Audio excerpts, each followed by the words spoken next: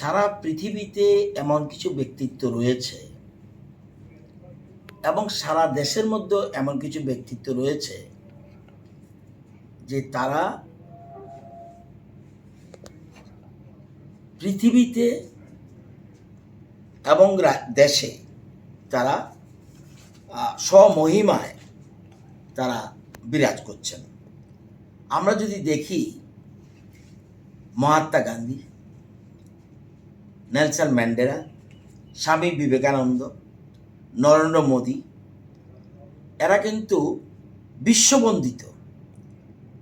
সারা পৃথিবী তাদেরকে শ্রদ্ধার আসনে বসিয়েছে, সারা পৃথিবী। আবার এমন কিছু লোক রয়েছে যেমন নেতাজি সুভাষ, অটল বিহারী বাজপেয়ী, সর্দার বল্লভভাই প্যাটেল, দীনদয়াল উপাধ্যায়, এরা দেশের মধ্যে বন্দিত। সেরকম আমাদের রাজ্যেও এমন এক ব্যক্তিত্ব আমরা পেয়েছি যিনি আমাদের রাজ্যে এমন কেউ অতীতে জন্মায়নি। আমাদের রাজ্যের মুখ্যমন্ত্রী শচীন্দ্রলাল সিংহ থেকে আরম্ভ করে যারা অতীতে মুখ্যমন্ত্রী হয়েছেন, কেউ কিন্তু জননেতা হতে পারেনি।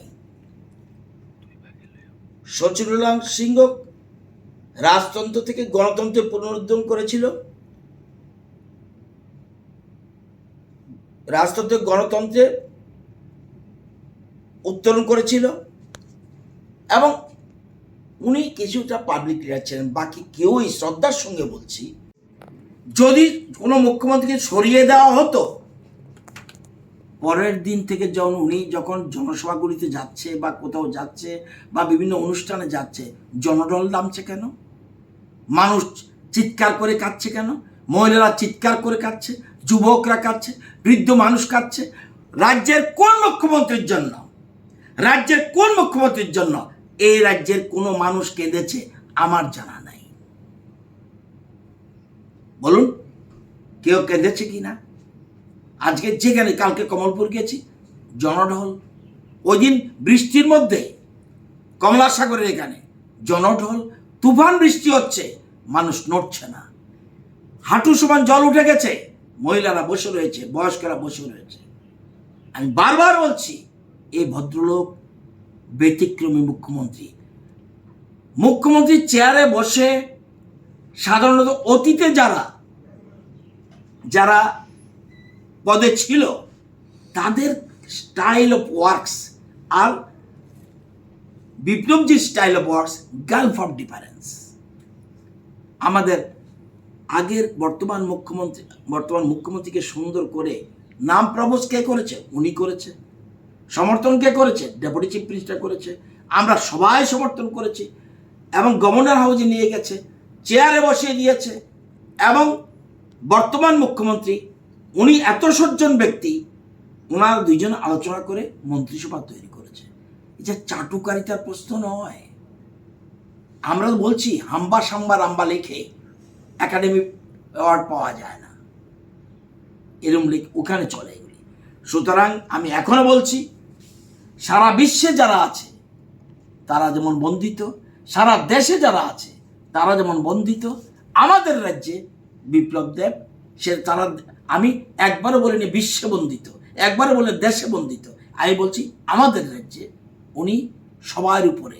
উনি আজকে রাজকীয় সম্মান পেয়েছেন, হিরুর আসনে বসেছেন। কে বসতে চায়? আত্মনির্ভর ত্রিপুরার ডাক দিয়েছে এবং অনেকটাই আত্মনির্ভর পথে শুরু হয়েছে। 4 বছর এটা কমপ্লিট করা যায়নি, কিন্তু যে দিশা রাস্তা দেখিয়েছে, এটা বিপ্লব দেখিয়েছে। মানুষকে স্বপ্ন দেখতে শিখিয়েছে এবং স্বপ্ন পূরণ করছে, স্বপ্নকে সাকার করতে শুরু করেছে। এই যে জিনিসটা, যেমন দেশের মধ্যে কিছু বন্দিত লোক রয়েছে সারা দেশের মধ্যে, যাদেরকে নায়কের আসনে রয়েছে এবং সারা পৃথিবীতে এরম রয়েছে, তাদের যেমন রয়েছে, আমাদের রাজ্য বিপ্লবদের ব্যতিক্রম। কথাটা হলো এখানে। সুতরাং নেতাজির সাথে তুলনা করেছি, মহাত্মা গান্ধীর সাথে তুলনা করেছি, আইনস্টাইনের সাথে তুলনা করেছি, এটা নয়। আইনস্টাইন বিশ্ববন্দিত। আইনস্টাইনের জায়গা বিপ্লব দেবকে নেব? কিন্তু আমি যা বলেছি আমাদের রাজ্যে উনি এক ব্যতিক্রম, সুতরাং আমাদের শিখে এই কথাটা আমি বলেছি। আর সুজন বাবুর কথার উত্তর আমি দিতে চাই না। যাদের সম্বন্ধে আমাদের দেশের কোন মনীষী সম্বন্ধে তারা বলেছে? কোন মনীষীকে? রবীন্দ্রনাথ ঠাকুর সম্বন্ধে কিছু বলেছে? বুর্জোয়া কবি বলেছে ওরা? সুতরাং তাদের কমেন্ট। আর আরেকজন আছে জয়প্রকাশ নারায়ণ, উনি জনপ্রতিনিধি না, আমি ভালো করে জানি। টিভির সামনে কথা বলার জন্য পাগল হয়ে ওঠে। এই ধরনের পাগলামি আমরা দেখি না। উনি কোনোদিন জনপ্রতিনিধি, মানুষ ওনাকে গ্রহণ করেনি, কোনোদিন। সুতরাং আমি তাদের সাথে কমেন্ট করতে চাই না, তাদের কাছ থেকে বিদ্যা বুদ্ধি নিতে হবে না। আমরা রাজ্য ছোট হতে পারে, আমাদের রাজ্য ছোট হতে পারে, আমরা বহু রাজ্যকে দিশা দেখাচ্ছি বর্তমানে।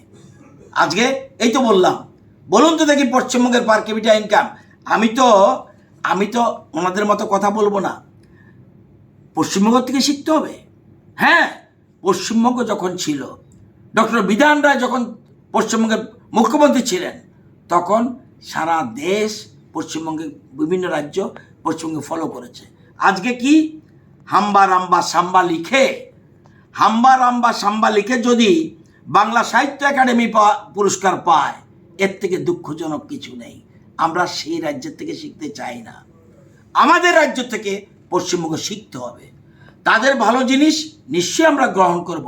তাদের অতীতে ডক্টর বিধান রায়, নেতাজি সুভাষ, শরৎচন্দ্র চট্টোপাধ্যায়, বঙ্কিমচন্দ্র চট্টোপাধ্যায়, এরা অনেক জন্মেছে, বিদ্যাসাগর, তাদের থেকে শিখব। বর্তমান যারা নেতৃত্ব করছে তথাকথিত তৃণমূল, তাদের থেকে আমাদের শেখার দরকার নেই। তৃণমূলের গড় আয়ের থেকে বেশি, দেশের গড় আয়ের থেকে ত্রিপুরাতে পার ক্যাপিটা ইনকাম আমাদের বেশি, এবং পশ্চিমবঙ্গ তো আমাদের থেকে অনেক কম, 1,16,000, আমরা 1,29,000। তো নতুন স্বপ্ন দেখিয়েছে, নতুন স্বপ্ন পূরণ করতে চাইছে, এবং সব ক্ষেত্রে নতুন একটা গতানুগতিক মুখ্যমন্ত্রী নয়। যে অন্যরা ছিল গতানুগতিক মুখ্যমন্ত্রী এসছে, বসেছে, 5 বছর পূর্ণ হয়েছে, আবার মুখ্যমন্ত্রী হয়েছে, কিন্তু গতানুগতিক মুখ্যমন্ত্রী নয়। আমাকে বলুন তো দেখি, যে আমাদের রাজ্যে আমি কিন্তু একবারও বিপ্লব দেবের সাথে নেতাজি সুভাষের তুলনা করিনি। এই লাইনটা ভুল। নেতাজি সুভাষ সারা দেশে বন্দিত, আমি বিপ্লব দেব সারা দেশে বন্দিত বলিনি। আমি বলছি আমাদের রাজ্যে উনি, এদের সাথে তুলনা করা যায় এই কারণে আমাদের রাজ্যে উনি একজন ব্যতিক্রমী মুখ্যমন্ত্রী। এটা কি বাস্তব সত্য। একটা মুখ্যমন্ত্রী স্বেচ্ছায় পদত্যাগ করে এবং সারা রাজ্যের মানুষ চোখের জল ফেলেছে। কোন মুখ্যমন্ত্রীর জন্য পদ যাওয়ার পরে, কোন মুখ্যমন্ত্রীর জন্য মানুষ চোখের জল ফেলেছে? আমি অতীতে দেখিনি। আমি 29 বছর এমএলএ এবং মিনিস্টার, আরও 20 বছর রাজনীতি করেছি। আমি আপনাদের এই এবিপি আনন্দের দেখেছি, সুজন চক্রবর্তী, ওনার কথার উত্তর দেব আমি। এরা ভারতবর্ষে কোনো মনীষীকে মানে? ওরা লেনিন স্টেনিন নিয়ে কথা বলে, ওনার কথার আমি উত্তর দিতে চাই না। ওনার মতো আমি জ্ঞান পাপী হতে চাই না। যে লোক দেশের মানুষকে শ্রদ্ধা করে না, যাদের নেতা লেনিন আর স্টেলিন, তাদের নিয়ে তাদের কমেন্ট করতে চাই না। ওনার থেকে বিদ্যা বুদ্ধি আমার নিতে হবে না। এ দেশের ওরা বিবেকানন্দের সম্বন্ধে কি বলেছে? উদ্ভ্রান্ত যুবক বলেছে ওনাকে, আর নেতাকে তেজুর কুকুর বলেছে। আমরা এই লাইনে চিন্তা করি না, ওনার কথার আমি উত্তর দিতে চাই না, ওনার মতো গানপাপি হতে চাই না। এই কমিউনিস্টদের সারা দেশকে যারা ভালোবাসে না, তারা কিসের ওই নেতার কথার আমি উত্তর দেব? তো এই যে জিনিসটা বলেছি, আমি এখনো বলছি, সারা বিশ্বে যেমন নেলসন ম্যান্ডেলা, মহাত্মা গান্ধী, নরেন্দ্র ভাই মোদী এবং স্বামী বিবেকানন্দের পথই তো, স্বামী বিবেকানন্দের পথ নিয়েছে আমাদের বিপ্লব দেবজি। আত্মনির্ভর ত্রিপুরা। আসুন, কে বসতে চায়? অতীতে আসেনি। এবং আপনারাই চিন্তা করুন, এটা আমার কথা নয়, রাজ্যবাসীর কথা। বিপ্লব দেব এ রাজ্যের মানুষকে স্বপ্ন দেখতে শিখিয়েছে। ডক্টর এপিজে আব্দুল কালাম বলেছেন, স্বপ্ন দেখতে হবে এবং একটা স্বপ্ন পূরণ হয়ে গেলে আবার নতুন করে স্বপ্ন দেখতে হবে। এই স্বপ্নটা কোনো মুখ্যমন্ত্রী অতীতে দেখাতে পারেননি। বিপ্লব দেব রাজ্যের মানুষকে স্বপ্ন দেখিয়েছে এবং স্বপ্নকে সাকার করতে চেষ্টা করেছে এবং অনেকটা স্বপ্ন পূরণ হয়েছে, আবার নতুন করে স্বপ্ন দেখেছে। আমাকে বলুন তো দেখি, ত্রিপুরার কোনো মুখ্যমন্ত্রী বা কোনো জননেতা অতীতে ত্রিপুরার আত্মনির্ভর ত্রিপুরার কি ডাক দিয়েছেন? আত্মনির্ভর ত্রিপুরার ডাক দেয়নি। আজকে ত্রিপুরার মানুষ ভাবছে আমরা নিজের পায়ে দাঁড়াতে হবে। যখন আমাদের রাজ্যে